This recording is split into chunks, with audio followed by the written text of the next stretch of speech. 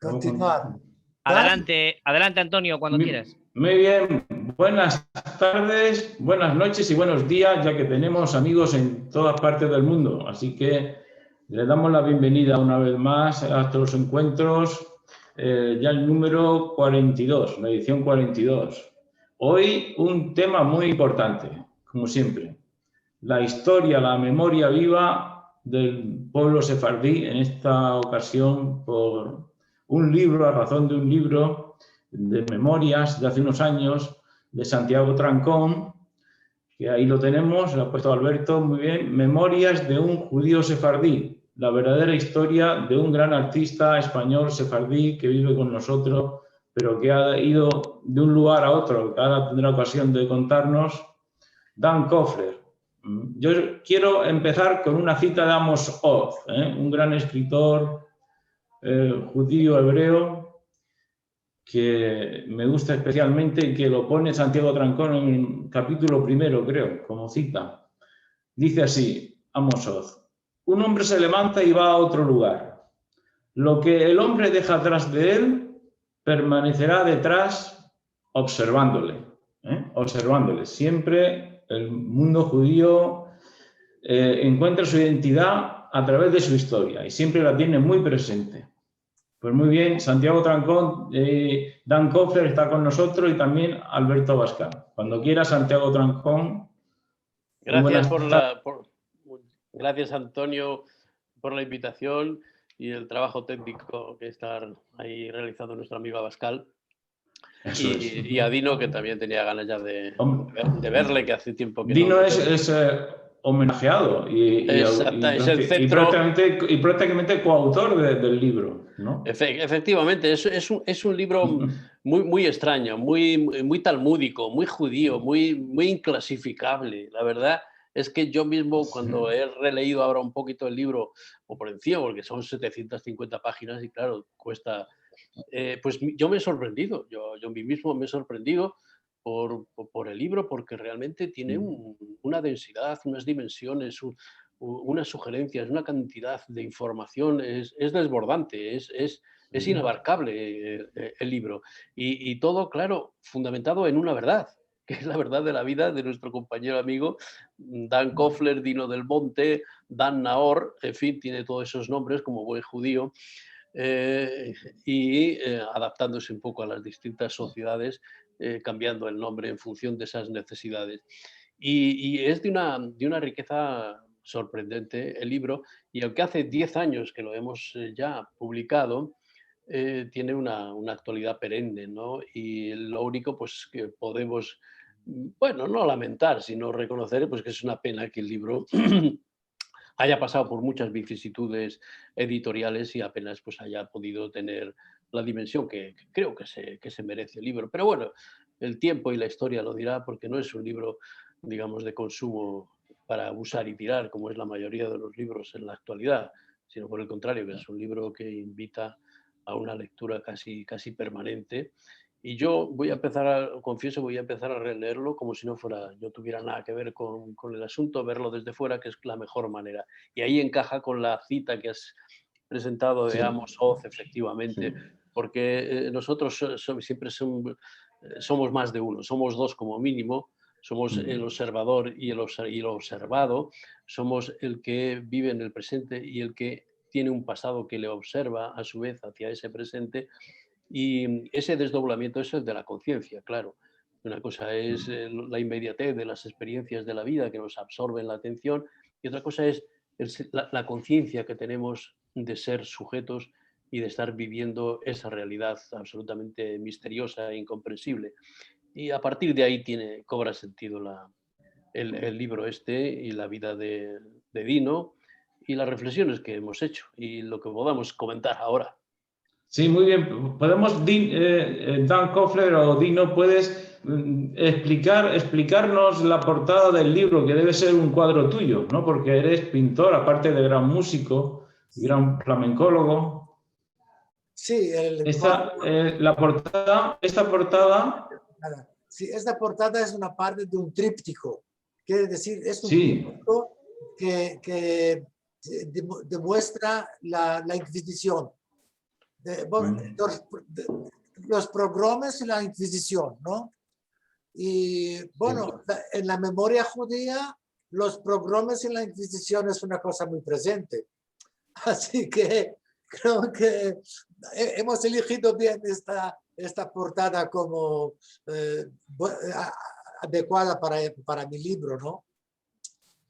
Sí. En el libro cuentas que una organización rumana o nazi a los judíos literalmente cuando lo encontraban lo podían matar, colgar, no necesitaban ni siquiera llevarlo a campo de exterminio, sino que era como una cacería de judíos. Sí, bueno, está bien conocido. Lo estaban cogiendo a los judíos y colgándolo como las vacas en el mercado, ¿no?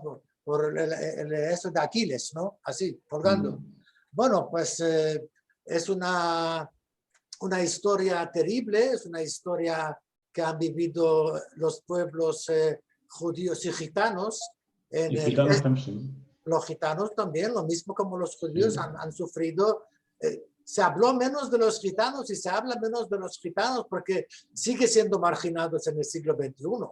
Israel por lo menos tiene un estado y se puede defender, pero el gitano mundial no se puede defender. Sigue en la misma situación de persecución y de discriminación completa. Y cogieron a los judíos y lo colgaron así en los mercados, sin más, al orden del día. Pregunta más. ¿Y la Inquisición, te refieres a la Inquisición española y el decreto de expulsión, que es el comienzo de la Guerra Civil Española que no ha terminado, ¿no? Algo así. Realmente no ha terminado, porque en el libro ponemos una cosa muy bonita. Una vez empieza algo, tiene seguimiento, va a volver, le hemos puesto muy bonito en el libro. Sí, que los actos tienen sus consecuencias. Cualquier acto, no hay un acto inocente. Le hemos puesto muy bonito. Me acuerdo que te conté, Santiago, una vez el tren sale de la estación, una vez sale de la estación y pasa por lugares y sitios, ¿sabes? Eso es imparable, Pues sí, la Inquisición española y la Inquisición europea, italiana y en Alemania. La Inquisición ha sido una cosa que los cristianos practicaron contra los judíos hasta, creo, del siglo XVIII. Que al principio pareció buena, pero luego el resultado fue... Una pequeña cosa para que no nos perdamos con el tema de la Inquisición, que es muy importante, ciertamente. Conviene tener en cuenta que efectivamente hay que situarse en la época, hay que ver que el propósito de los reyes católicos era un propósito aceptado en la mayoría de las sociedades de la época. Otra cosa son los métodos y a lo que condujo. Pero eso no nos tiene que... Porque hay un fenómeno curioso. Cómo los judíos, a pesar de toda esa persecución y todo, siguen hablando de Sefarad, siguen amando Sefarad, siguen añorando Sefarad, y ese vínculo no les ha borrado el reconocimiento de la cantidad de siglos que han vivido aquí y los vínculos enormes que tienen. Eso es un fenómeno que hay que explicar y que aclarar. No quedarse simplemente en los aspectos negativos, cuando los propios judíos consideran a Sefarad como su segunda Israel, su segunda patria, e incluso para algunos la primera, porque aquí vivieron toda su vida, ¿no? Y entonces ese sentimiento de profunda vinculación, que está lleno de nostalgia, pero al mismo tiempo de añoranza de lo que fue y de lo que quisiera ser, no hay que borrarlo con echar encima lo que luego fue la leyenda negra, que fue una manipulación absolutamente nefasta que se han inventado los países protestantes y del norte y tal, para olvidar que, primero, los judíos fueron expulsados de Israel, del Reino Unido en el siglo XVII, en el siglo XIII, en el siglo XIV. En el siglo XII. A finales del siglo XII, a finales del siglo XIII de Francia, a finales luego de Alemania, es decir, que ahí hubo persecuciones, hogueras, hubo matanzas, y todo eso hay que verlo en un contexto general, pero no focalizarlo solo en la Inquisición española, que en cuanto a su procedimiento, y tal, incluso cuantitativamente casi es menor que la persecución que hubo en eso. Pero insisto en que el tema de la persecución de los judíos hay que entenderlo en ese contexto y sobre todo no olvidar todo lo positivo que tuvo y que tiene la presencia judía en España y que no nos encerremos demasiado en esa visión negra, negro-legendaria, que oscurezca lo importante, que es la huella enorme judía en el pueblo español, en la cultura española y en todos los efectos positivos que ha tenido esa vinculación entre el mundo judío y los españoles, que sigue existiendo y debe existir y pervive más allá de de las vicisitudes históricas. Sí, bueno, quiero Sí, apuntar unas cosas. sí. Hay que tocar unos puntos uno detrás del otro. El primero, diría yo, apuntaría yo que el sentimiento pro-español, pro-sefarad, que sigue hasta hoy día, no se apagó por una razón, porque los viejos siempre contaron a los jóvenes de su gloria en Sefarad, de su gran vida en Sefarad, de este enorme orgullo casi anormal de un pasado tan importante. Teniendo en cuenta también que Sefarad era el centro del judaísmo. De aquí han exportado la filosofía, la literatura, la poesía a todo el mundo judío, a toda Europa. Así que Sefarad no era mucho más que Inglaterra, era mucho más que Francia, era mucho más que Ashkenaz, lo que es Alemania. Sefarad era el corazón del pueblo judío. En Toledo, sobre todo en Toledo. Sobre todo toda España, Toledo, Córdoba, Granada, you name it. En todas partes, Sefarad han tenido una prosperidad económica, intelectual extraordinaria. Así que eso es una cosa que no se olvida.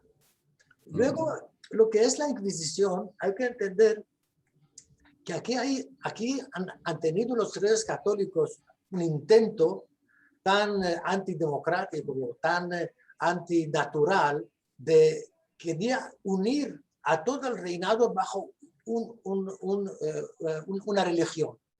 Y eso no podía funcionar, porque los judíos estaban aquí 700 años antes de Cristo, porque los judíos llegaron aquí con los fenicios a lo que es la parte de Huelva, a lo que es la parte de Cartago, a lo que es Málaga, en todas estas partes, a Toledo. Fíjate, en Toledo hay evidencia por el carbón 14 de sinagoga judía de 500 años antes de Cristo. Ya son 600 realmente. Así que la presencia judía en la península es tan antigua, antes de lo que España era España. Quiero recordar algo que está también en el libro. Hay aquí un karma, una cosa karmática entre los judíos y los españoles, lo que soy España, que los dos nombres que tiene España vienen de hebreo. Sefarad es la última provincia, la provincia más lejana, que era el final del mundo antiguo, luego el océano Atlántico y el desconocido. Y España es sefanial, como lo pongo en el libro, es un sitio de conejos, que hay mucha conejería, conejos. Así que los dos nombres de España son hebreos, eso es curioso, ¿no? Y luego hay también, yo pienso que, y hago una referencia a lo que es la memoria histórica, la verdadera memoria histórica. Yo lo baso mucho en la psicología de Jung, alumno de Freud, que no llegamos como una página blanca a este mundo y vamos experimentando cosas. Es que llegamos a ese mundo ya con un paquete de talentos, de memorias, de carácter, de experiencias, y a lo largo de la vida esto se va desarrollando y recordando, porque el cerebro humano es tan complejo que de repente tú te puedes recordar de cosas que te pasaron en otra encarnación por un proceso natural que tú estás pasando a lo largo de tu vida. Jung estaba influenciado, sin embargo, del budismo, porque en el budismo se entiende la vida como una rueda y como en el judaísmo lo mismo, una rueda de encarnaciones. Así que esta rueda de encarnaciones es realmente que todos los que estamos aquí ya estuvimos aquí antes, ¿no? Bueno, ahora damos un poco, ya hablé mucho. Yo quería preguntar... Sí, Alberto. Yo quería preguntarle a Dan, volviendo al tema de los Reyes Católicos, que he leído así alguna cosa y tal, y yo he llegado a una conclusión que no sé si será acertada o no y si él la compartirá. Porque por lo que he leído, los judíos cuando están con los Reyes Católicos estaban un poco como protegidos y tenían cargos de poder. Sí. Yo no sé si la reina habrá pensado alguna vez, voy a expulsar a esta gente de aquí para protegerles, porque sabes que las turbas, la gente, los cristianos se levantaban, acorralaban a los judíos en sus ciudadelas y a veces hacían cosas sanguinarias. Entonces, esa expulsión sería un poco casi como benefactor, como diciendo, mejor iros porque si no, no puedo controlar a mis súbditos. ¿O crees que no? No, yo creo que no. En inglés se dice wishful thinking. Me gustaría pensar que es así.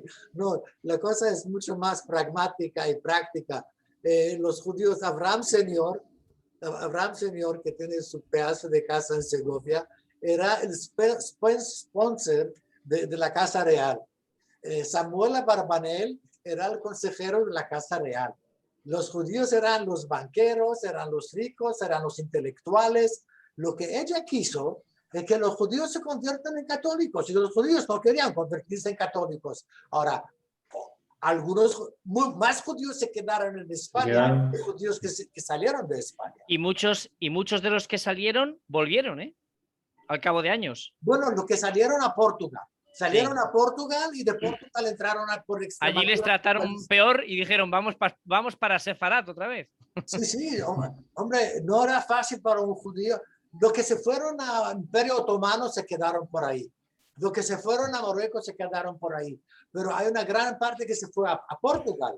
Entonces aquí ya empezó una movida entre Extremadura y Galicia de muchos años. Para allá, para allá, para acá. No.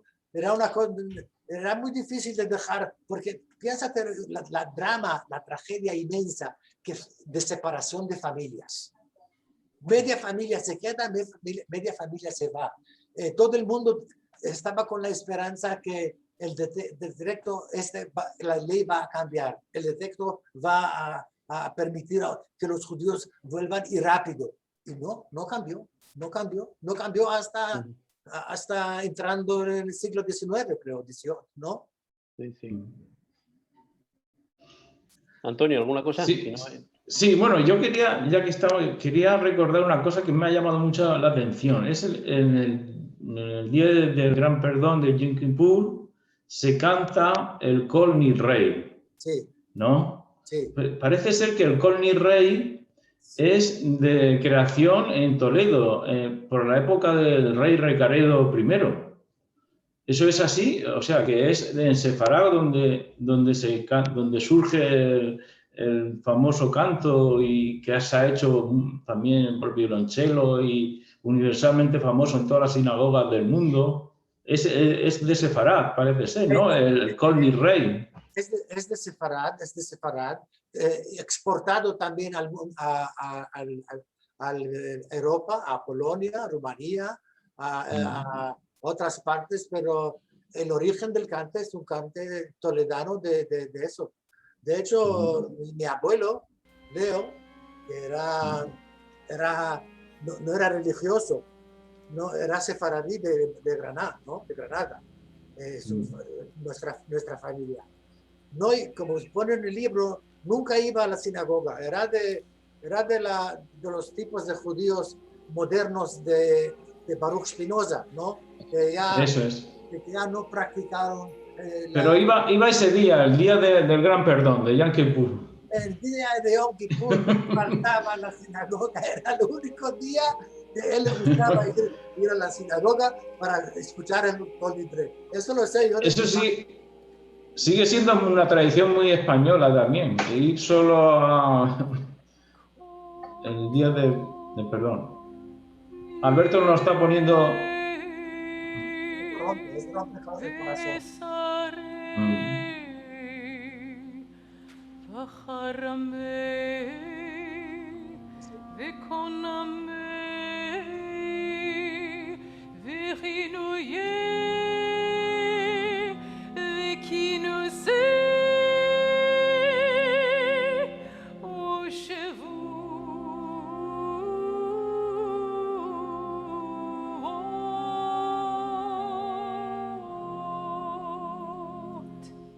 Sí, hombre, este pone el pelo de punta. Ahora nos explica lo que quiere decir realmente, porque es muy importante.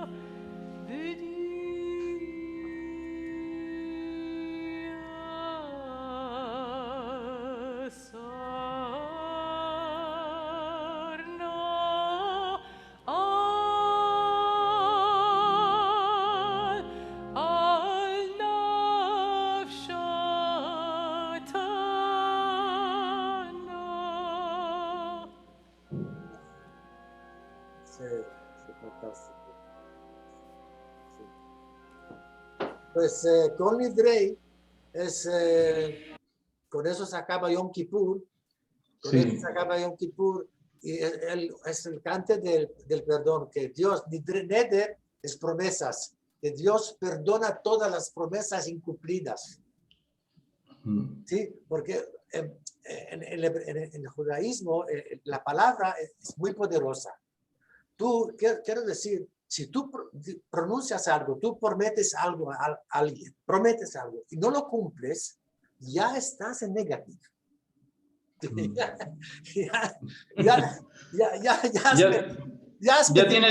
tienes que esperarte al próximo Yom Kippur, para pedir el perdón. Para pedir perdón por una promesa que has prometido y no has cumplido. Y eso es la esencia de Yom Kippur.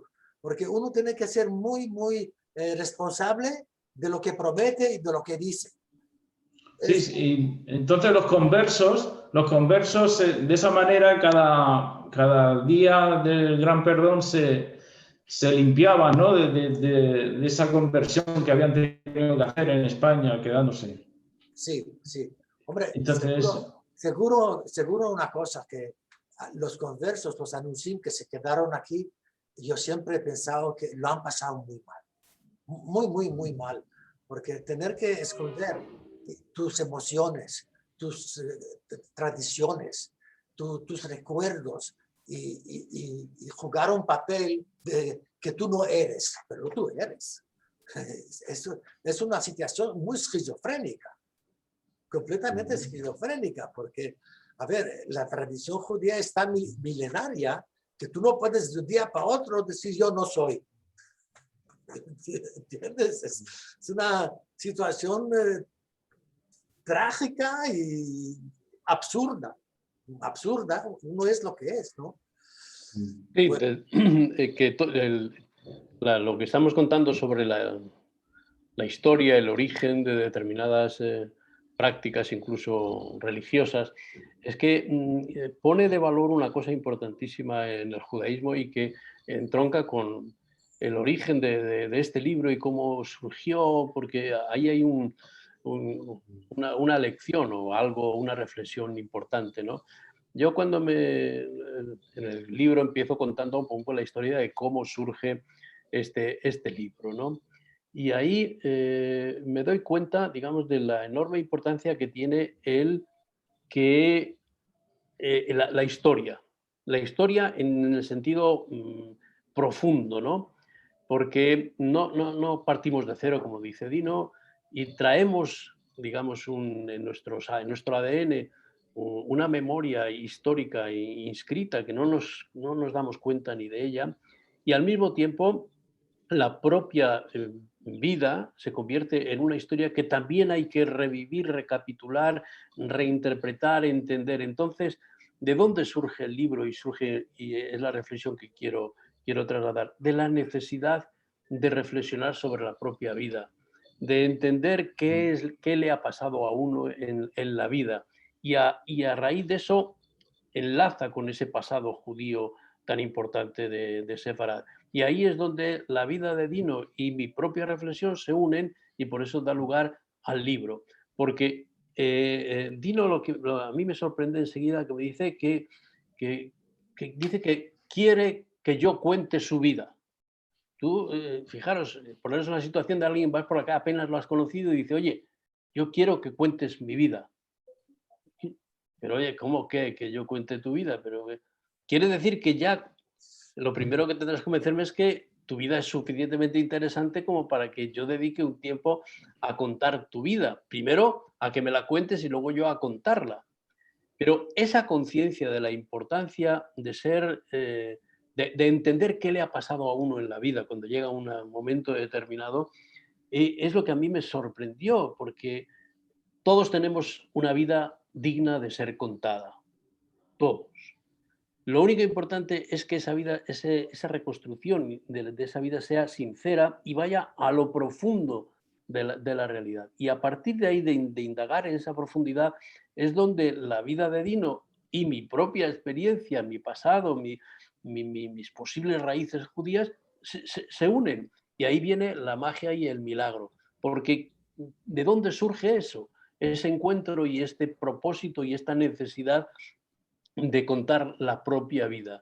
Y es lo que pasa al pueblo judío. El pueblo judío necesita contar la historia de su propia vida como pueblo, porque es un ejemplo para la humanidad entera.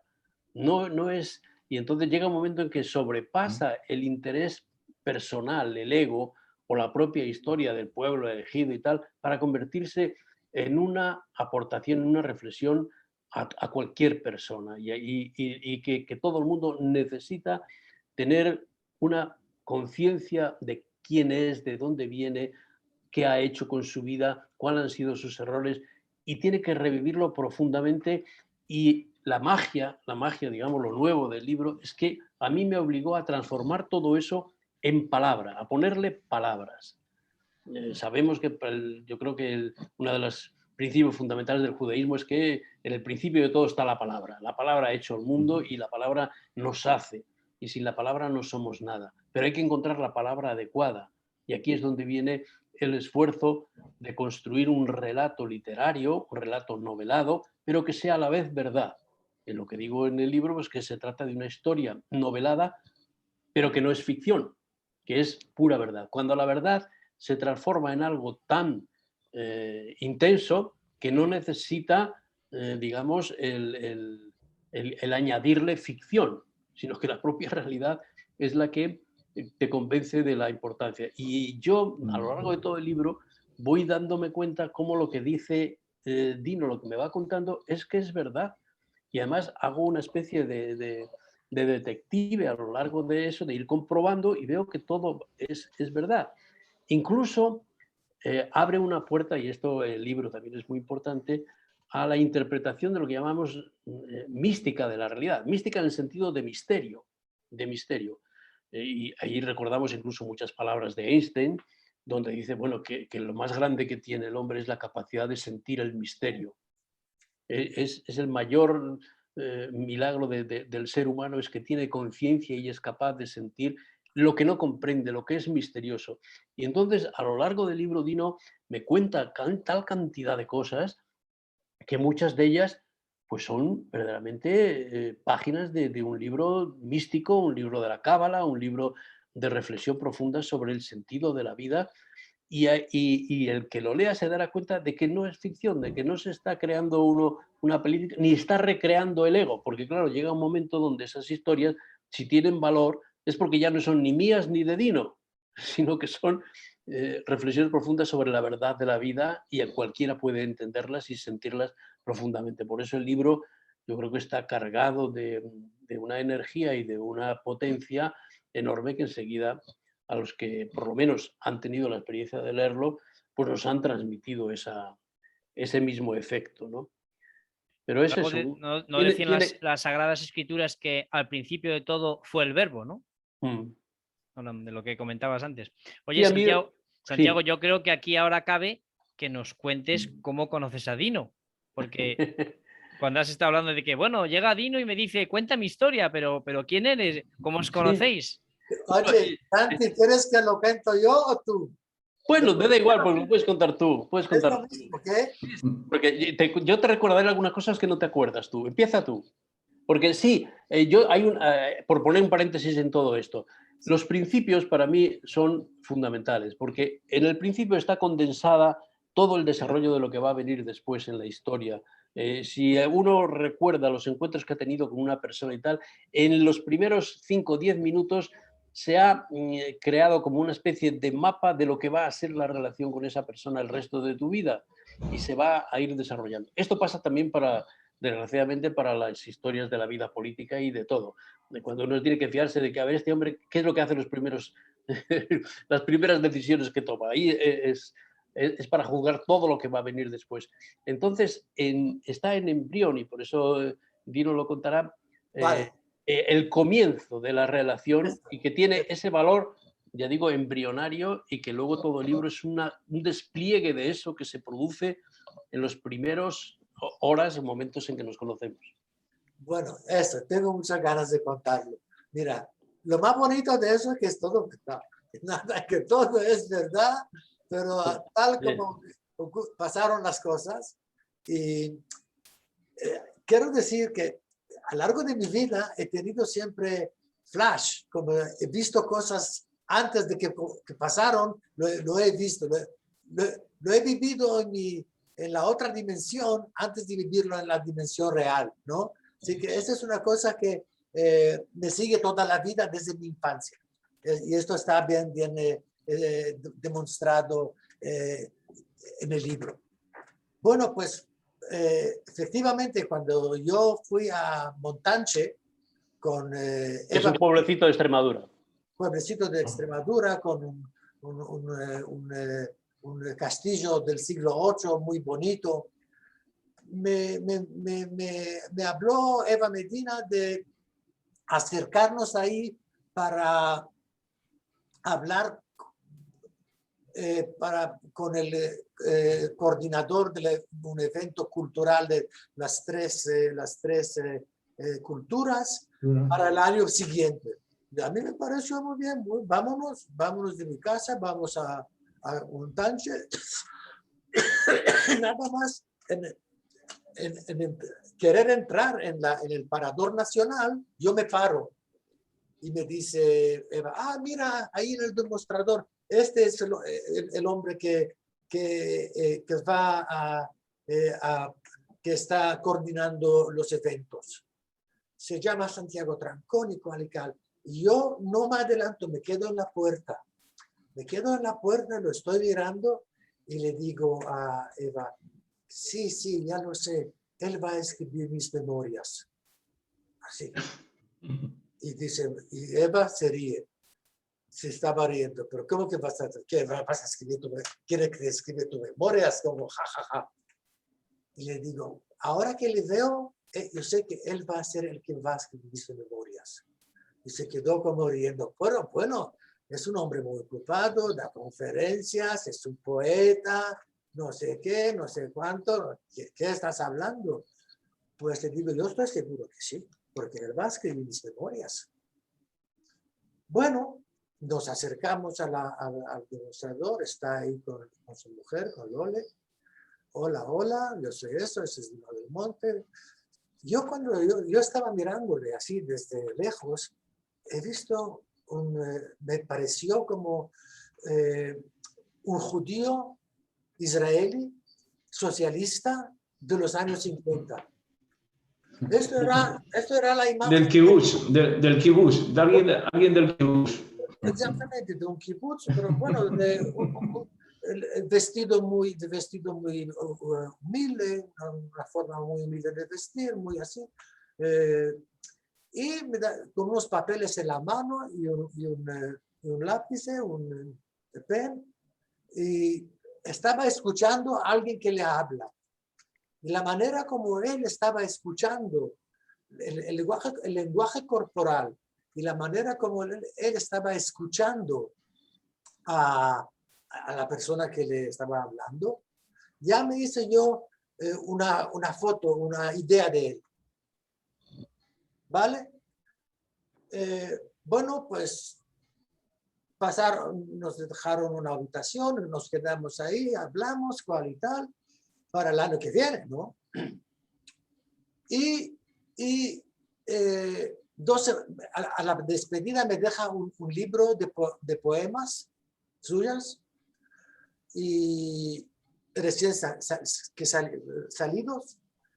Yo leo los poemas y me gusta mucho y me recuerda mucho, le veo como un Rabbi Yehuda Halevi moderno, como que está en la línea de Rabbi Yehuda Halevi.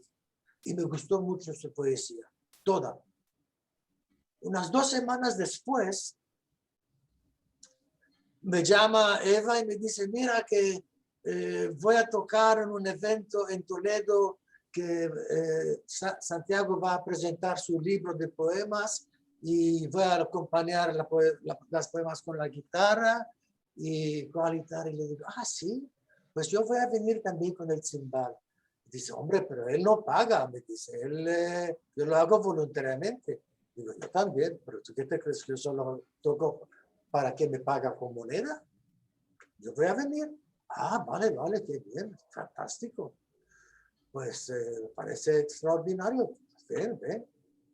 Bueno, monto mi cimbal a 130 kilos, lo meto en el coche, 1 hora y media hasta Toledo, desde la montaña. Llego ahí, una biblioteca, Mila. Mila en hebreo es palabra. Una biblioteca que tiene un nombre hebreo, palabra. A partir de aquí te lo cuento yo. Déjame un segundito. Vale. Vale. Pero Efectivamente. Está perfecto. Y así lo compilamos los rapsodas de la historia. No, estaba presentando mi libro, se llamaba Desvelos de la Luz, en una librería que se llamaba Mila, porque ya se llamaba Mila, librería Mila, efectivamente. Ya el nombre era, a Dino le dio... Yo no sabía nada de Dino, ya ni me acordaba yo de aquello que había pasado, en fin, no había nada especial. Y cuando entro, además era un sótano,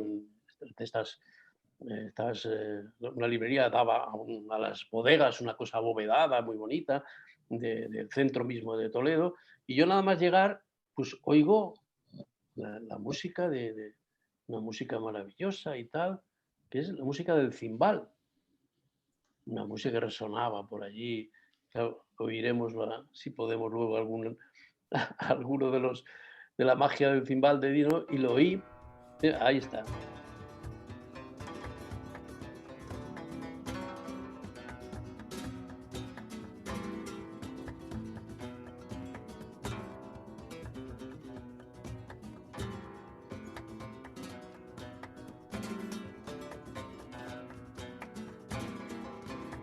Queda tan bien como el cajón, en el flamenco. Exactamente, bueno, ahí está Dino tocando Crepúsculo, ese disco tan fantástico que había grabado pues hacía unos años. Bueno, yo oigo la música del cimbal y de verdad es que la música del cimbal, Dino, es una mezcla entre guitarra, lira, instrumento exótico, tiene unos acordes, unas melodías, transporta realmente, y resonando en aquella bóveda. Era fantástico. Yo cuando me quedé escuchando eso, digo, ¿quién está ahí tocando eso y tal? Entonces me explican que es Dino. Yo, ¿cómo? ¿Qué hace aquí Dino? Tal. Claro, meter el cimbal aquel que pesa 130 kilos, traerlo en su coche, llevarlo allá al centro, meterlo allí, era un esfuerzo tremendo. Yo, bueno, pero esto, yo ya, claro, me quedé un poquito descolocado, ¿no? Porque uno ve las cosas con una mentalidad pues mucho más, no sé, pragmática y, en fin.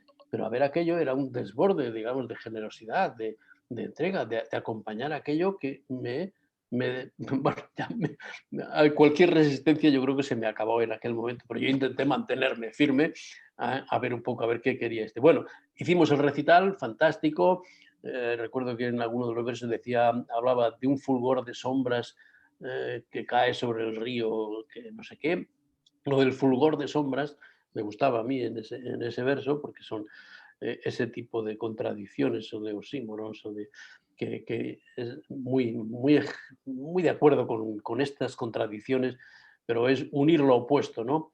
Y bueno, habló también de, en fin, otros versos que Eva Medina cantaba y quedó muy bonito aquello, muy bien. Y luego hablando un poco, pues la Mila nos explicó que esa cueva y tal seguramente era una cueva de refugio de judíos, donde en su momento pues se reunían pues eso para hacer sus oraciones, sus cantos y tal. Todo empezaba a encajar ahí de una manera extraña, ¿no? Bueno, salimos, empezamos a tomar algo allí en la plaza Zocodover y es cuando ya me aborda y me dice, no, quiero que escribas la historia de mi vida. Pero sí, sin más, directamente, no insistiendo. Yo me quedé sobrecogido un poco, digo, ¿cómo que voy a contar? Hasta entonces no me había dicho nada. Que cuente la historia. Claro, el que alguien te diga eso, uno puede reaccionar de distinta manera. Qué arrogante, cómo se cree, qué importante se cree para que su vida se pueda tal. No, pero lo decía con una convicción que no tenía nada que ver con el ego ni con su historia, no, sino que había una verdad ahí en su vida que yo me despertó la curiosidad. Digo, ¿qué vida tiene que tener este hombre? Y bueno, no le dije claramente que sí, que quedé íntimamente convencido de que algo extraño ocurría ahí. Y luego ya él, al cabo de 2 días y tal, me manda por internet un resumen de acontecimientos de su vida, sí, un listado de cosas. Yo me quedé, digo, bueno, pues sí, adelante. Pero claro, yo le di fe e intuí, como él intuyó que yo podía contar su vida, yo intuí también que su vida merecía la pena ser contada. Y eso es, digamos, el gran apuesta por mi parte y el dejarme llevar exactamente igual que él por esa intuición. Y a pesar de que mucha gente decía, no, que Dino es muy fantasioso, que vamos a meter ahí, que no sé qué y tal, todo el mundo me desanimaba. Digo, no. Y a partir de ahí iniciamos un trabajo estajanovista de entrevistas grabadas, entrevistas, ir a su casa, el otro y tal. Y al cabo de un tiempo, de un poco menos de un año, reconstruimos, pues eso, una vida que era una vida tan deslumbrante por todos los sentidos donde se me contaba, las historias que contaban, que realmente eran una auténtica novela de sorpresa en sorpresa, ¿no? La verdad que tenía es que todo aquello lo iba corroborando.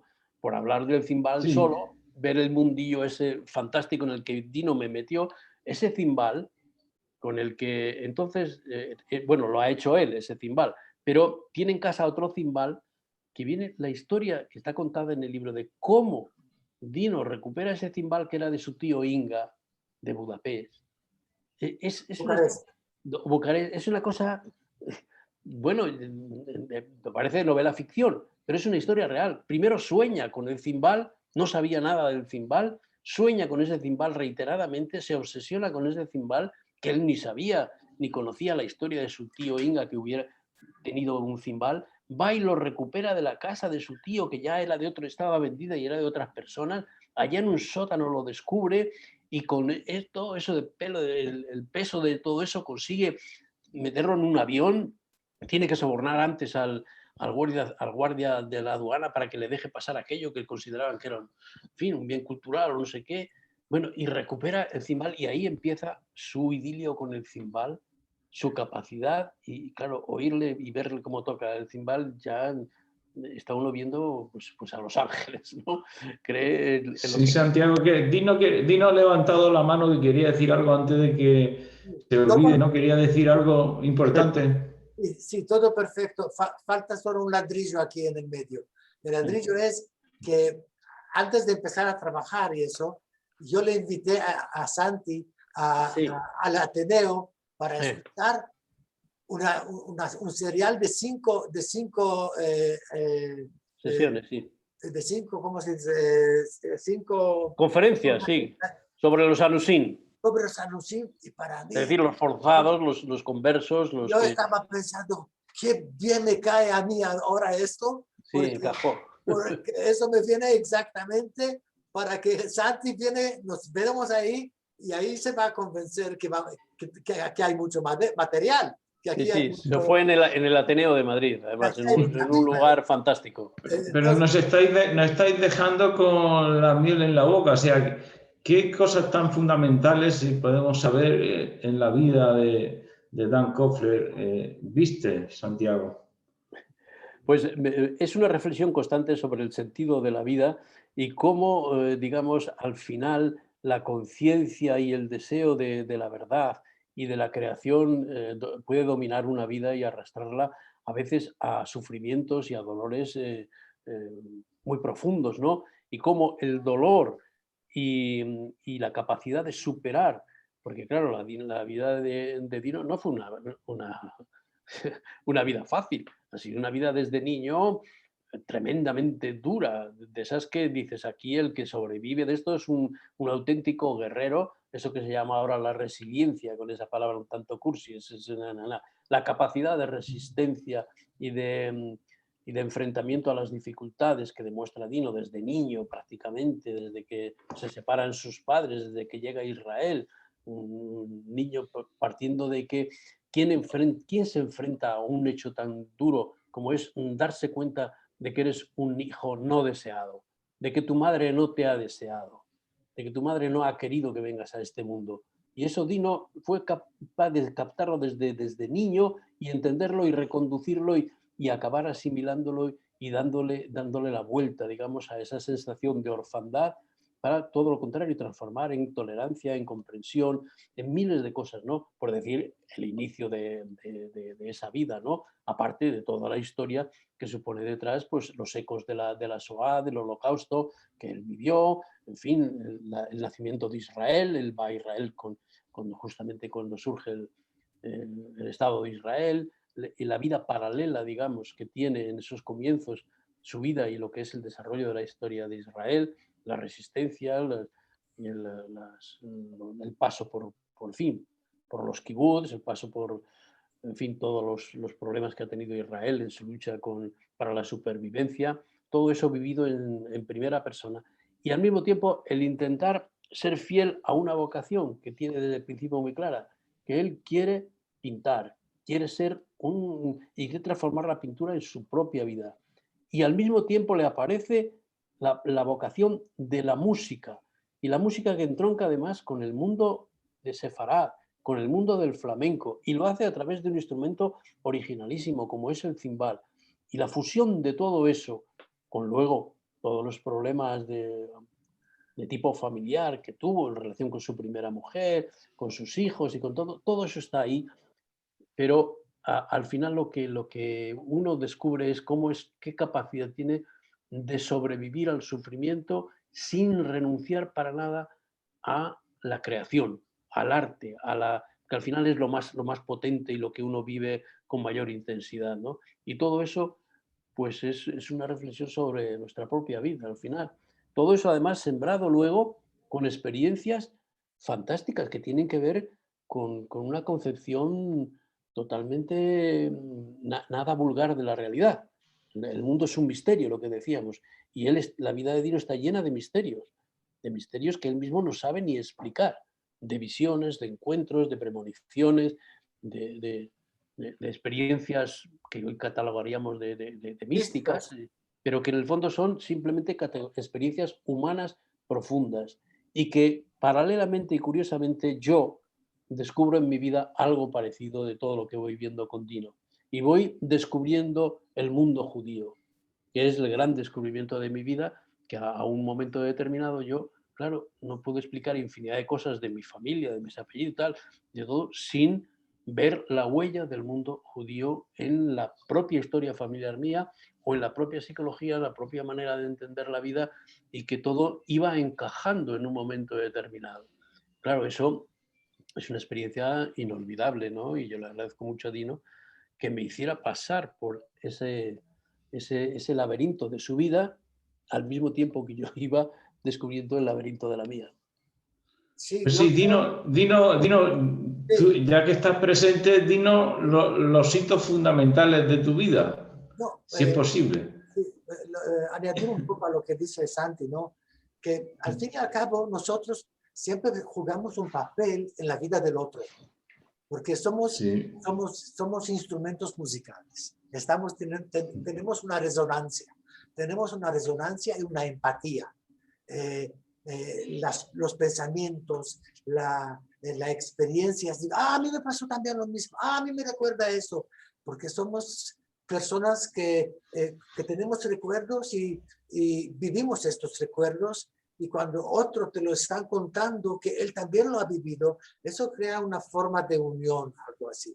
Mira, lo que antes hemos hablado de Jung, que es tan extraordinario, porque realmente revolucionó todo el entendimiento de la psicología, iba mucho más allá que Freud. Sí, con el inconsciente colectivo. Sí. Mucho más allá que Freud, porque él ha entendido que las cosas de alguna manera están premeditadas. Tú piénsate una cosa que lo voy a hacer una pincelada rápida. Mi madre, que tiene parte gitana de la parte de su madre, ¿no? Fíjate, del hijo del rabino Goldstein, que se casó con la gitana de la aldea, porque los gitanos y los judíos han vivido en aldeas en conjunto y salían a vender cosas en el rastro de las ciudades de Yashtu, por ejemplo, porque domingo no trabajaban ni los judíos ni los gitanos, porque los gitanos realmente son de los 10 tribus perdidas. Son hijos de Isaac, ¿no? De Isaac y Jacobo. Entonces, ahora yo estoy muy metido en un proyecto universal que estamos levantando esta conciencia. Pero ahora vuelvo a lo que estaba diciendo. Y se va mi madre embarazada a una gitana, como de costumbre, y la gitana le dice, lo lee en el café, dice, vas a tener un viaje y vas a pasar a cruzar 2 mares y vas a llegar a una tierra nueva, te vas a separar de tu marido y vas a tener antes un hijo varón que va a nacer en el 8º mes con un diente. Toda esta profecía se cumplió. Nací en el 8º mes, con un diente. Mis padres se fueron de Rumanía a Israel, cruzando el Mar Negro y el Mediterráneo. Todo eso. Y llega al mundo de una manera diferente a otros. En el 8º mes y con un diente. Pues ya mi madre ha tenido una relación muy negativa hacia mí, rechazo, porque, como decía, has bebido leche con sangre. Le ha dolido darme el pecho. Bueno, pues ya de niño te das cuenta que eres diferente a tus primos hermanos, a los otros niños. Mi padre me decía, hablo con mi hijo y parece un viejo. Y tenía 4 años. Y con 4 años y medio yo canté ópera en el escenario. Porque mi padre cantaba ópera y yo lo estaba imitando y cantaba ópera en el escenario. Y estaba dibujando, haciendo retratos a los miembros de la familia. Entonces ya como pequeño, pero muy pequeño, te das cuenta que eres muy diferente a los demás. Y así a lo largo de toda la vida. ¿Sabes? Hay gente que han leído mi libro y se fueron a Israel y se convirtieron al judaísmo. ¿Te puedes creer? Sí, sí. Eso es extraordinario. ¿Entiendes? Porque como le pasó a Santi, pasó a otras personas que digo, hombre, yo también tengo estos rasgos en la familia y estas costumbres y este sentimiento que soy judío, que pertenezco al pueblo hebreo. Y la gente iba descubriendo eso y algunos incluso viven en Samaria. Vamos a decir que son muy sionistas. Pues eso es cuando tú vas con la verdad en la mano y cuentas cosas reales, tiene un efecto extraordinario sobre el lector, sobre la gente, porque la gente se da cuenta que aquí no se inventó nada. Aquí son todas cosas que uno tiene que vivirlo para escribirlo. Que son verdad, que son verdad. Sí, pues eso. Pues, Dino, decías que tu ¿Cómo familia... sí. sí, por No, favor. no, Antonio, pregunto yo o No, querías... sí, Alberto, No, es no, que tú. ha nombrado Dino que su familia era de Bucarest, de Rumanía. Sí, sí. Pues no sé si sabrás que en la época franquista, o sea, cuando la Segunda Guerra Mundial, en Bucarest había un alicantino de Alicante que se llamaba José Rojas Moreno, que era embajador de España en Rumanía. No, esto era en Hungría. Esto era en Hungría, Ibris. Lo que No, pero sabe- pero ese es Ángel Sambriz. Ángel Sambriz Sí. es en Hungría. Ah, y este es de Rumanía. Ah, José, el alicantino, sí, José Rojas Moreno fue en Rumanía, no lo sabía, no lo en sabía. Bucarest, y Ah. salvó, pero lo que pasa es que salvó a mucha menos gente, pero sabes que la mayoría de los embajadores que había en Europa estaban viendo lo que pasaba con el Holocausto y mandaban cartas a Madrid y Franco ni las contestaba.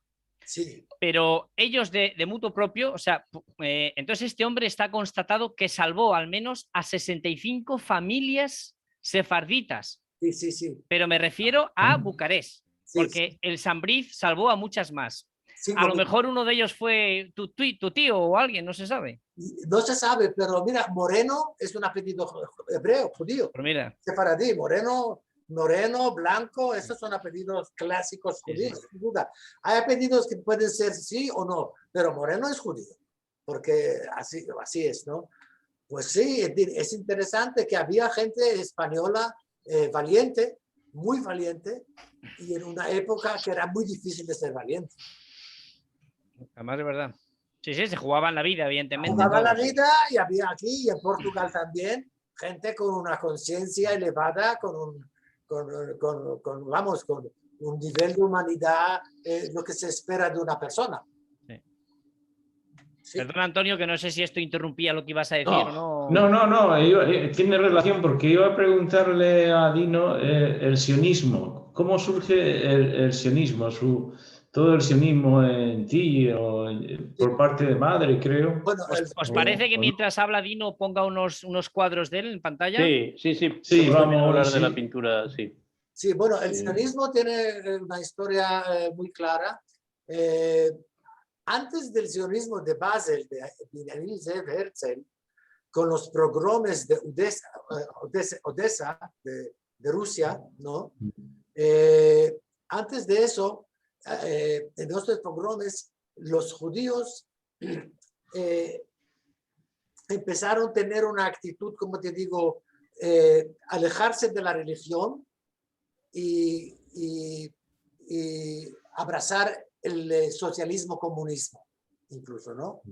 Y ya en 1885 se fueron el barón Rothschild compró tierras en Israel a los otomanos, en Rosh Pina, en Galilea y también en el Carmel, rompió y grupos de judíos se fueron a vuelta al Sion. Vuelta al Sion, Sion es Jerusalén, simboliza la época de David, es como te digo, la época de gloria del pueblo judío. Y eso es incluso antes de 1887, que era el primer congreso sionista en Basel. Que quiero decir que los judíos empezaron a entrar y volver a Israel incluso antes de Benjamin Zeev Herzl. ¿Por qué? Por la necesidad. Porque estaban sufriendo matanzas continuas en el este de Europa. No podían moverse de un territorio a otro, ¿no? Eso se llama Tchum HaMoshav. Tienes tu territorio, aquí puedes quedarte, a otro territorio no te puedes mover. Entonces, el sionismo nace de la necesidad. Nace de la necesidad de organizarse y de buscar la manera cómo volver a la tierra de Israel. pues lo que era primero comprando. Eso no quiere decir que lo que la gente no lo sabe, que en esta tierra, lo que los romanos le han dado el nombre de Palestina, eso no quiere decir que no siempre han vivido judíos en las ciudades, en Jerusalén, en Tiberias, en Safed. Siempre había un núcleo, en Gaza, había un núcleo de judíos. Y en algunos momentos de la historia había más judíos y cristianos, por ejemplo, mucho más en Jerusalén que musulmanes. ¿Entiendes? Fíjate que los otomanes han traído la persona religiosa, ¿cómo se llama? El Efendi, al-Husseini, han tenido que traerlo desde Argelia porque no había suficientes musulmanes y hombres de ¿cómo se dice? Religiosos. Imanes. ¿Ah? Imanes, Sí. imanes. No tenía imanes, no tenía. ¿Cómo se llama este hombre? Al-Husseini. Era el mufti de Jerusalén.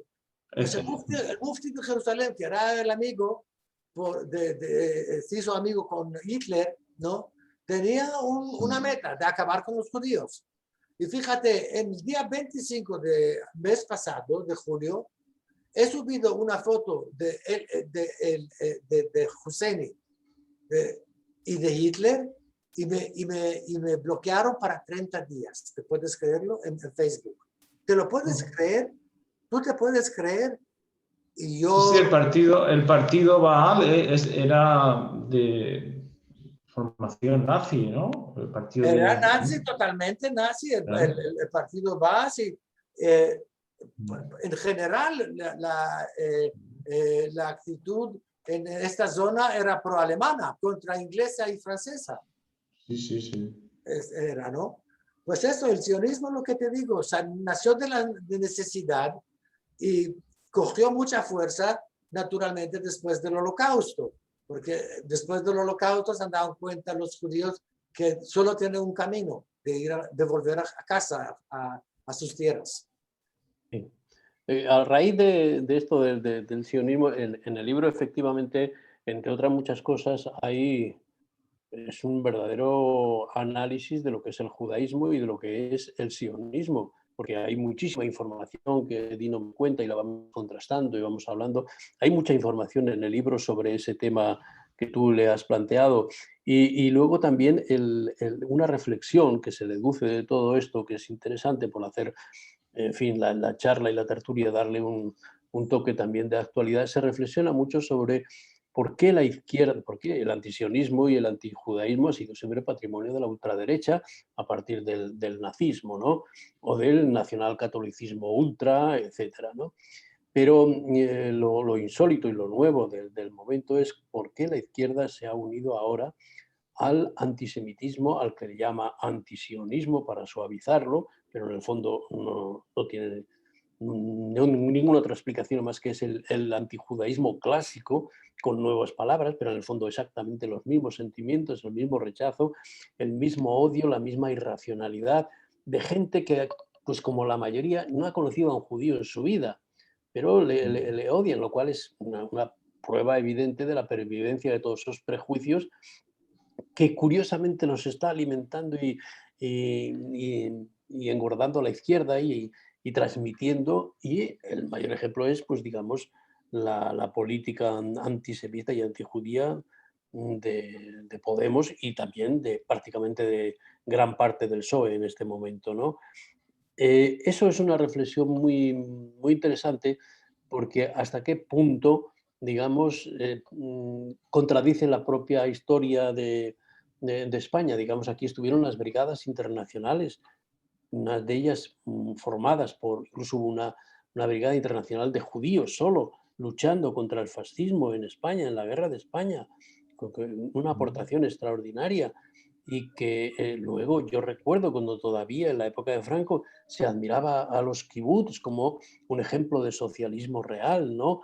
donde se había y tal. Y todo eso de repente ha desaparecido y se ha transformado en todo lo contrario. Y hoy es a un podemita o un antisemita y es lo mismo que diría un nazi en los años 30, hablando exactamente lo mismo, camuflándolo de que si es antiimperialismo, anti no sé qué, el lobby judío, bueno, todo tonterías para negar el hecho, digamos, de que la causa judía siempre ha sido una causa defendida desde la izquierda y que es absurdo e inconcebible cómo se pueda dar la vuelta y transformar. De eso también aparece en el libro, a raíz de algunas de las experiencias que el propio Dino tuvo cuando le apuñalaron en el café Central, o cuando le atacaron unos nazis cuando vivía por Lavapiés. También se cuenta toda esa historia en el libro, que también es un poquito pues de historia de intriga y de aventuras, pero que ocurrió así, con lo cual también tiene esa experiencia de vivir la contradicción, de ver cómo le atacan unos nazis de ultraderecha y cómo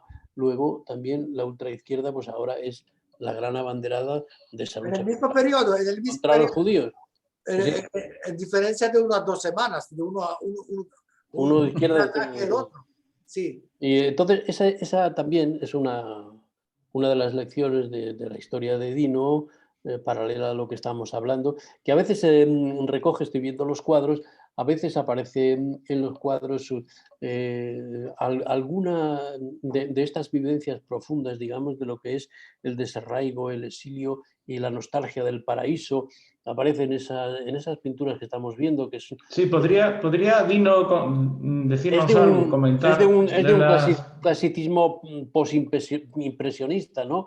Que tiene, claro, hay que verlo en directo, la fuerza de los colores que tienen esos cuadros es impresionante al verlos en vivo, la fotografía desmerece bastante, ¿no? Sí, Pero porque son de distinto tamaño y formato, podría decir... sí, cómo conciben la pintura y cómo sigue pintando hoy con Sí. una pasión extraordinaria. Pues Dino, Es muy variada. coméntanos algo de tu No sé, pintura, Dino, de tu Dino, sí pintura. que, mira, a la izquierda tienes las miniaturas, por si quieres comentar alguna en concreto, tú me la pides y yo la saco. ¿Cuál? La que tú, no, la que tú quieras. No, sí, pero se puede hablar de esto, pero quiero hablar de otra cosa ahora. Vale. Quiero hablar Perfectamente. ¿Cuántos son 80 sobre 120? Es pastel al óleo. Y yo tengo, en el libro le pongo esta frase. Un crítico de arte me preguntó en Essen, me parece, en Essen, en Alemania, el museo me compró un cuadro y me preguntó, ¿qué estilo tienes? ¿Dónde piensas que van a colocar tu cuadro en el museo? Yo les dije, yo no tengo estilo, yo tengo talento. No sé, con eso digo todo. Yo tengo millones de estilos. Yo no soy Coca-Cola. Yo pinto, soy libre, tengo ideas como una granata, lleno de ideas, y cada una granata se dice en hebreo. sefaradí, ¿no? En sefaradí se dice granata. Soy una granata. Por cierto, que es un símbolo judío, como bien decimos en el libro, que es incluso anterior a la estrella de David, porque realmente es un gran símbolo que aparece sobre todo en la Alhambra, en el cuadro, vamos, la zona de los leones y tal, el símbolo de la granada, que es fundamental en el mundo judío, ese conjunto de semillas. Son exactamente, son 613 semillas, como las lees. Precisamente en Granada adquirí esto.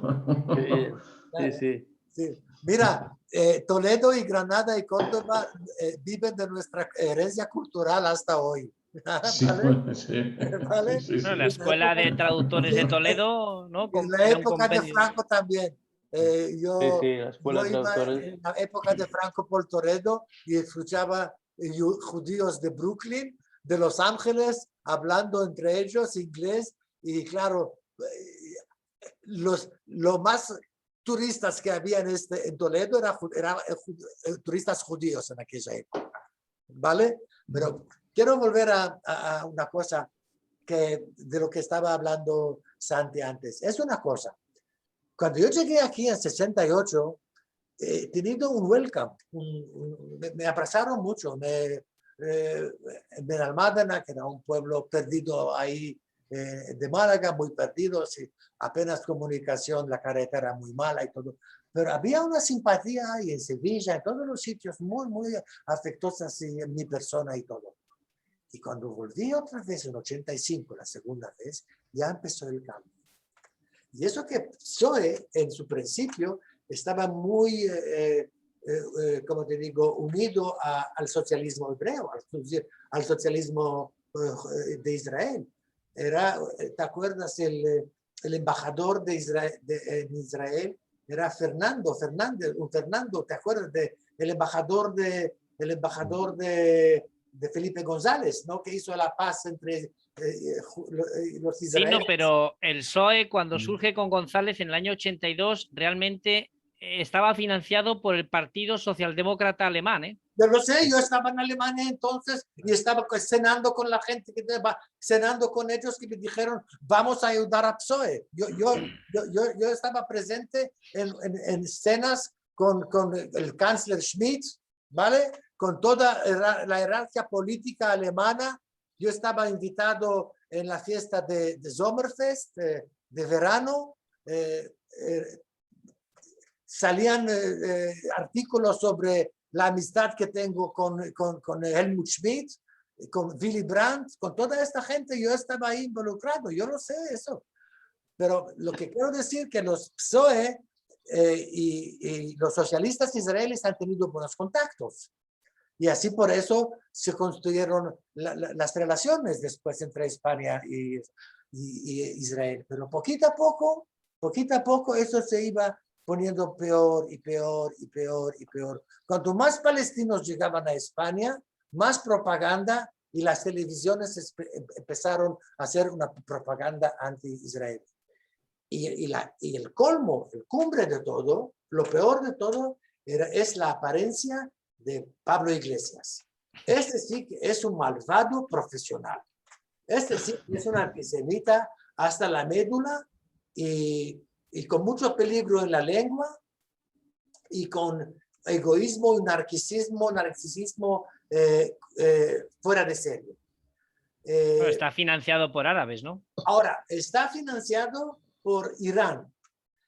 Cuando yo veo vídeos suyos, imagínate como judío, que él dice, Israel es un país, un país criminal y es un país ¿cómo se dice? Un país que no debe de existir, punto. Sí. Ficticio. Es un país artificial, es un país que no tiene justificación. Bueno, no me acuerdo de la denominación exacta ahora. Será porque me emociona. Ahora, el Gaspar Llamazares era antisemita. El Lara después era antisemita. Todos han cogido el discurso islamista que son realmente los más antidemocráticos del planeta, que son dictadores, que son corruptos más que cualquier otro país del mundo. Y sin embargo, el único país que es democrático, que es libre, que una mujer árabe puede llegar a ser juez, ¿vale?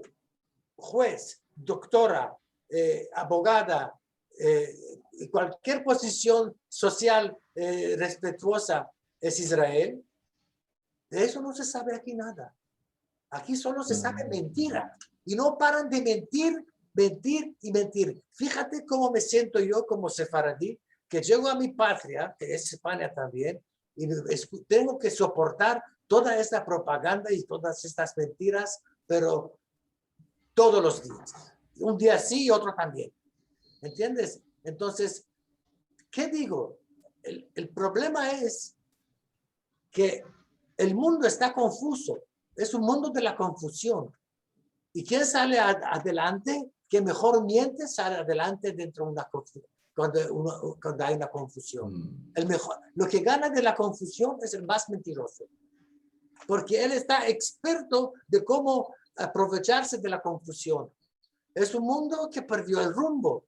Y España está en una situación lamentable, conducida por un psicópata, lo que es Pedro Sánchez, un psicópata, narcisista, campeón, tiene medallas de oro de la Olimpiada de las mentiras. Es una cosa, como te digo, es una persona. Yo muchas veces me estoy preguntando, estas personas, como Pablo Iglesias, como eso, ¿qué en su interior, cómo se sienten? Yo digo, ¿cómo uno puede provocar tan mal, cosas tan malas, tener un egoísmo tan extraordinario y exagerado y seguir por este camino? Y encima hay gente que le siguen. Yo no entiendo cómo hay tanta ignorancia en un pueblo en Europa. Bueno, que hay ignorancia en Sudamérica, vale. Pero es que aquí es una cosa enfermiza. Como te digo, la gente no piensa con su propia cabeza.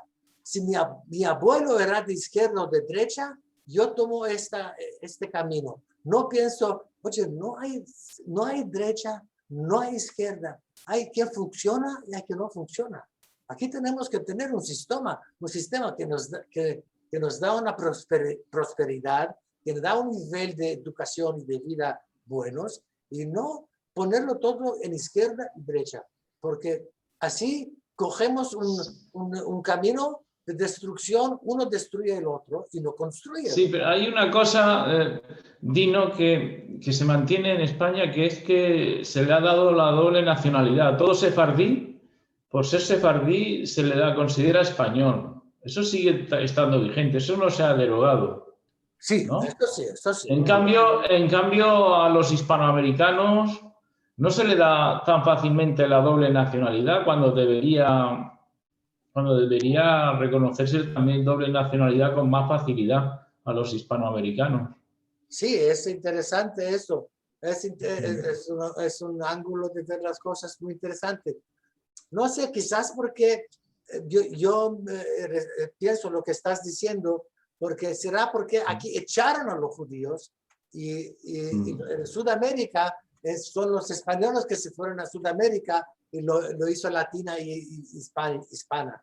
Pero aquí hay un proceso diferente, que tú echas a alguien y luego dijo el rey anterior, ¿no? Carlos en Texas dijo, pido perdón a toda la comunidad judía en nombre de toda la historia y de todo el pueblo español.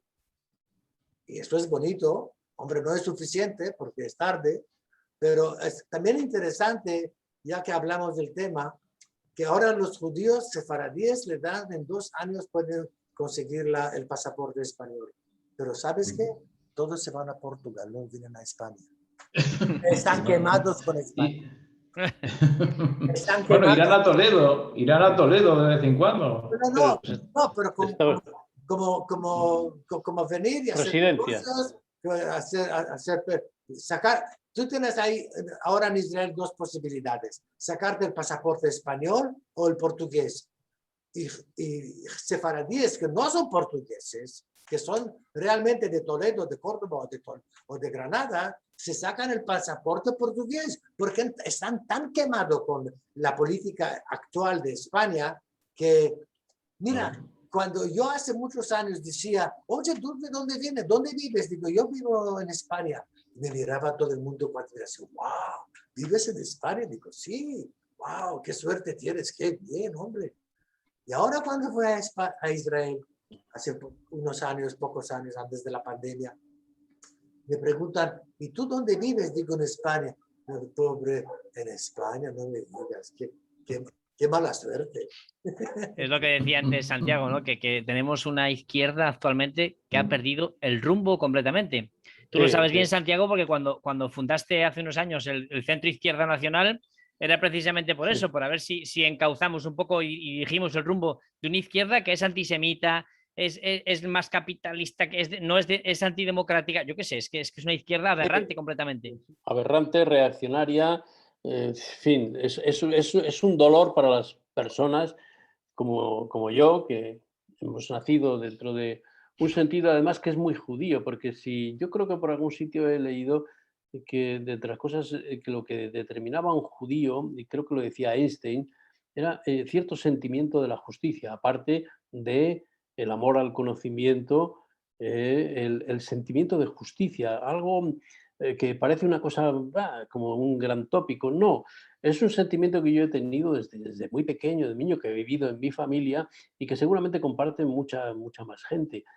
Cuando notas que a alguien se le maltrata injustamente, que no se le da lo que merece y que se le maltrata por no ser lo que uno cree, en fin, ese desprecio es tremendo. Entonces, la izquierda ha asumido eso, que es enormemente reaccionario.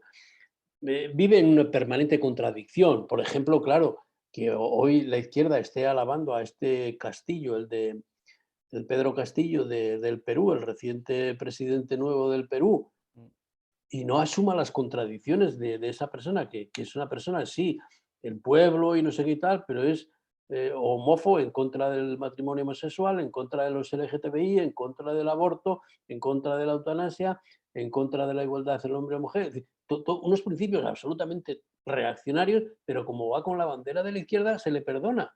Bueno, pero ¿a qué grado de absurdo y de estupidez se puede llegar? ¿No?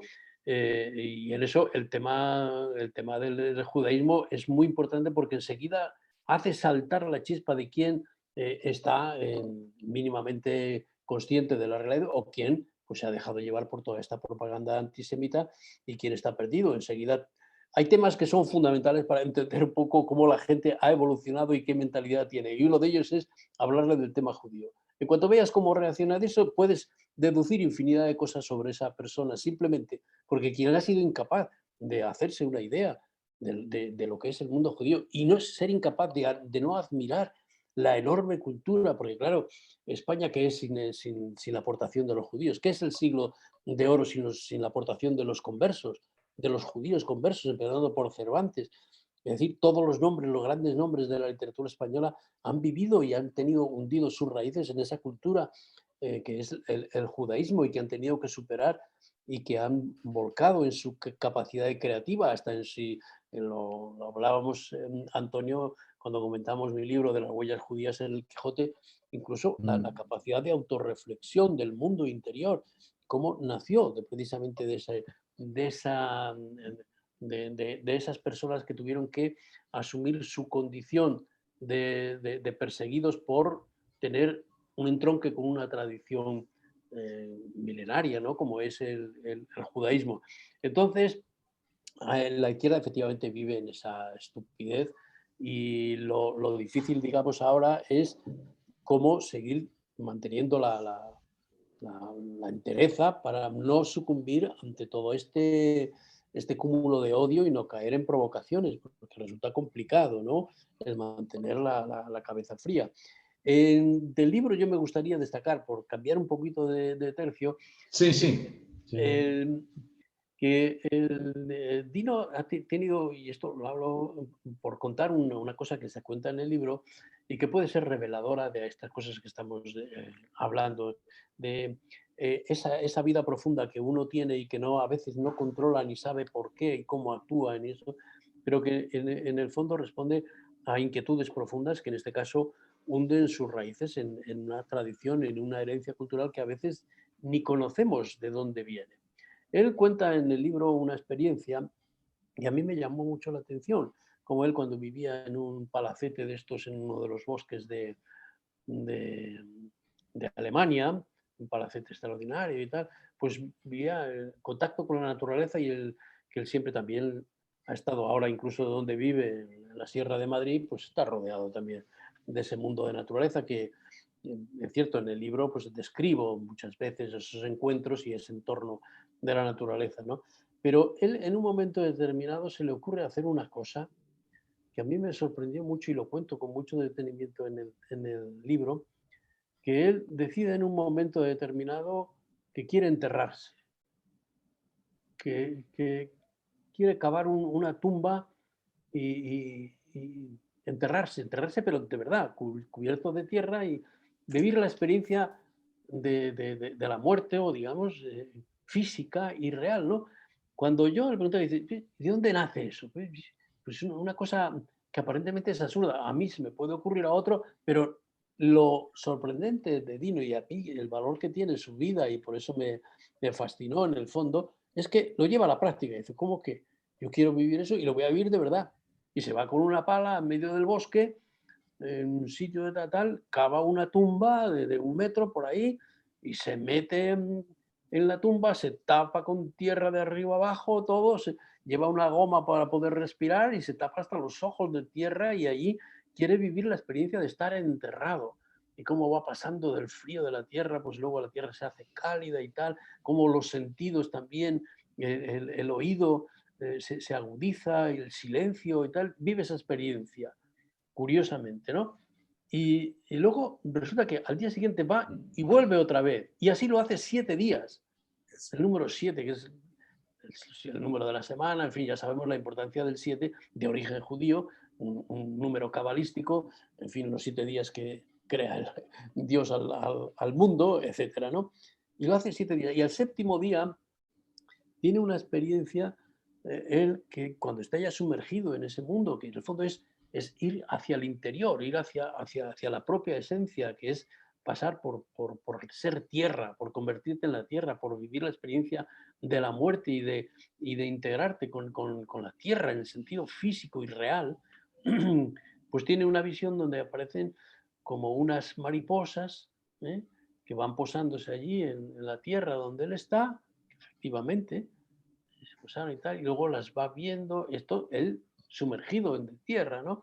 Y va viendo cómo de repente pues se van haciendo grandes, vuelan y se convierten en águilas y se pierden en el follaje de los árboles, y se despierta y dice, bueno, esta es la señal de que ya he cumplido este rito.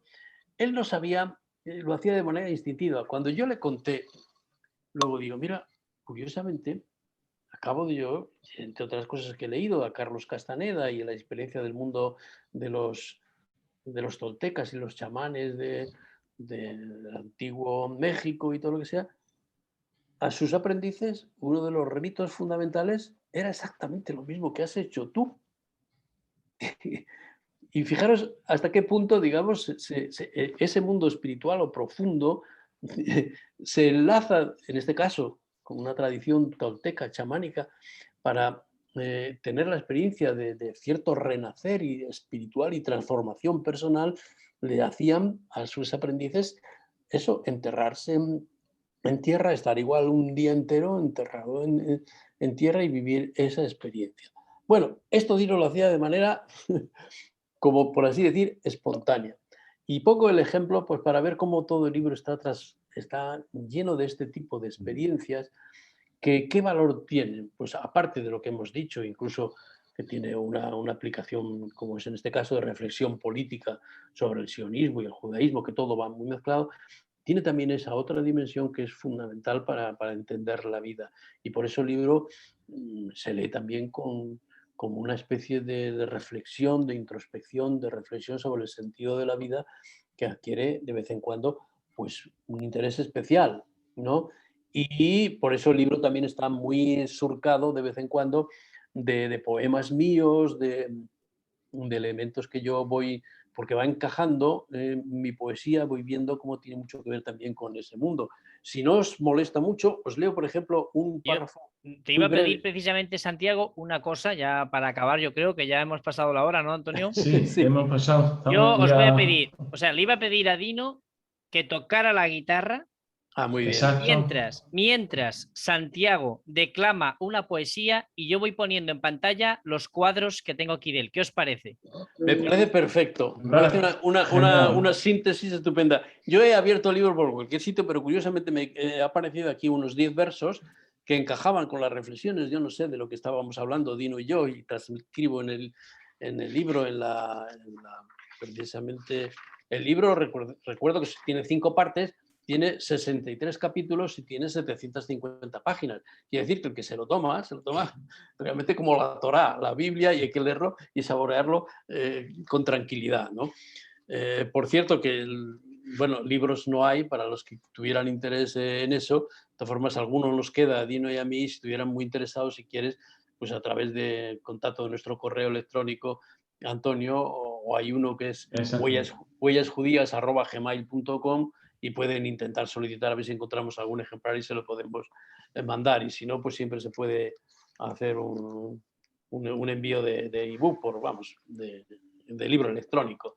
Por si alguno de los que nos oyen sigue teniendo curiosidad. En Amazon aparece, pero la verdad es que no lo controlamos nosotros. No sé quién se nos ha colado, ya sabes, esta picaresca de Amazon, el libro aparece, no lo controlamos, no sabemos.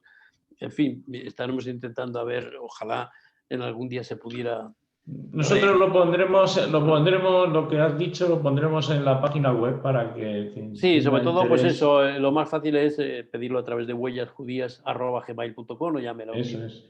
todo eso. Pero curiosamente digo que, bueno, aparece aquí en el capítulo no sé cuál, 32, unos fragmentos de versos que, bueno, puede tener interés el ver cómo suenan con la música de Dino. Pues antes de que nada, me alegro que Santi contó esta experiencia espiritual que a mí, cuando me pasó, Santi es la primera persona que lo conté eso, porque a mi mujer de entonces, a mi primera mujer, yo y a nadie lo comenté para que no me toman de loco. Sí. Hay cosas pero que... lo hiciste solo, tú solo te enterraste. Solo. Sí, yo ahí con las manos enterándome perfectamente, ¿entiendes? Mi mujer entonces tenía un boutique en Kaiserslautern, ¿no? Y yo estaba todo el día en casa y hasta que he decidido que quiere pasar esta experiencia. Pero bueno, ahora hay otras experiencias que me pasé en mi vida y no podemos ahora alargar tanta charla, ¿no? Pero he tenido unas experiencias espirituales muy, muy únicas, aparte de salidas astrales a otras dimensiones. Aparte de eso, he tenido incluso, y eso para quien lee el libro lo sabe, porque eso no lo vamos a contar ahora. He tenido experiencias que, no sé, pienso que poca gente en el planeta lo han tenido. Con esto digo todo. Y solo antes de que Santi empiece, quería decir que la palabra que me faltaba antes sobre Pablo Iglesias, que menos mal que ya está fuera del mundo de la política, era que Israel es un país ilegítimo, no es legítimo. Pero ¿quién eres de decir sobre un país de 8 millones de judíos que es un país ilegítimo? ¿Quién eres tú? ¿Qué soberbia es esta? ¿Qué jeta tienes? Y con eso vamos con la poesía.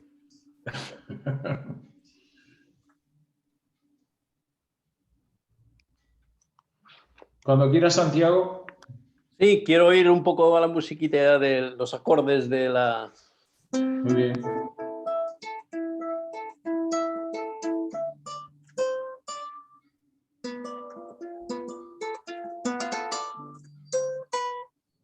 Es el universo incomprensible y nada en él permanece quieto. Ni siquiera el vacío y el silencio que deja tras su rodar expandiéndose hacia el infinito. Ese vacío nos arrastra y atravesamos sin saberlo las regiones más turbias y transparentes que crea a su paso el abismo.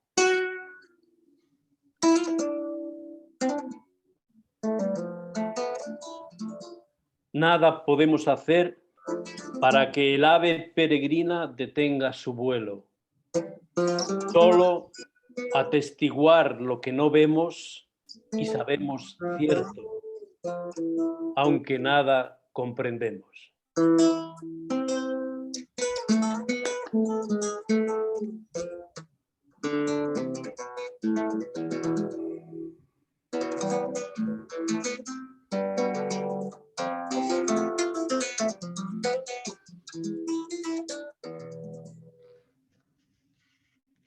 Perfecto. Bueno, espontáneo. Muy bien, pues Ya tendremos otra ocasión de desarrollar todas estas memorias, seguro. Y quiero terminar pues dando las gracias a Dino, a Santiago y Alberto, y con una frase que es muy judía, que el próximo año en Jerusalén. Un abrazo muy fuerte a todos. Hombre, qué bien. Shalom. Muy buena frase. Shalom, shalom. Muy buena frase para culminar un encuentro muy bonito. Gracias a ver si podemos hacerlo en Jerusalén, ya con la pandemia vencida. Estaría muy bien, estaría muy bien. Ojalá. Sí, sí. Shalom. Buenas Buenas tardes.